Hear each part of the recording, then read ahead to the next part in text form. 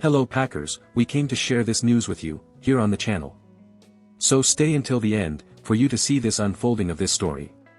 And also take the opportunity to subscribe to the channel, and turn on notifications, to always be up to date with news from our Green Packers. A large Packers-specific board for the 2023 NFL Draft. We've customized a large Green Bay board based on historical team trends and current team needs. If you're a Green Bay Packers fan looking to follow the NFL Draft next week, I've got a gift for you, a draft dashboard tailored to the Packers' needs and historical trends. Starting with the consensus draft board, Acme Packing Company narrowed the board down to the positions Green Bay could realistically target within the top 100 selections: receiver, tight end, offensive line, defensive line, edge rusher, and safety.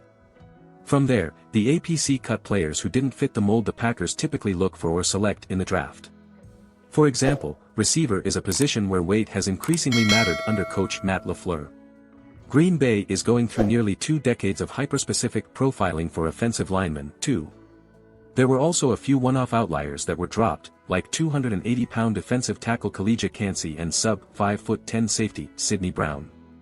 After excluding players who don't fit the Packers mold, we've added some players of interest to the roster. For example, Tennessee quarterback Hendon Hooker and Miami cornerback Tariq Stevenson made visits to Green Bay, despite not playing in positions of need. That was enough to get them on board.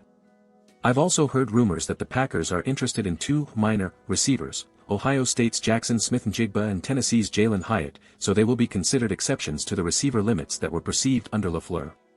The final tweak made was to drop the top 3 defensemen, Alabama's Will Anderson Jr., Georgia's Jalen Carter, and Texas Tech's Tyree Wilson from the roster. It would take a small miracle for any of them to last until the 15th overall pick in the draft. If they're there, great, but it seems like a waste of space and time to consider them on the board when the Packers first clock out. With all that said, we present you with a draft board customized for Packers fans based on the team's historical preferences and the team's current needs.